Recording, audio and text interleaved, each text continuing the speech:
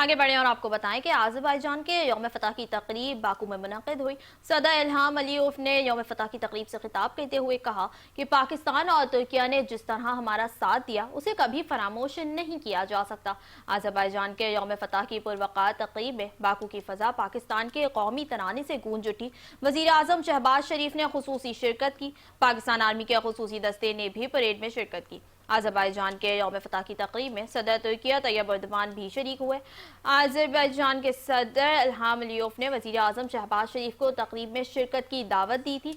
तकरीब में पाकिस्तान, तुर्किया और आज़रबाईजान के कौमी तराने बजाए गए। तकरीब से खिताब करते हुए सदर इल्हाम अलीयेव ने कहा कि तमाम मेहमानों को खुशामदीद कहता हूँ। तुर्किया और पाकिस्तान ने जिस तरह हमारा साथ दिया वो कभी फरामोश नहीं किया जा सकेगा।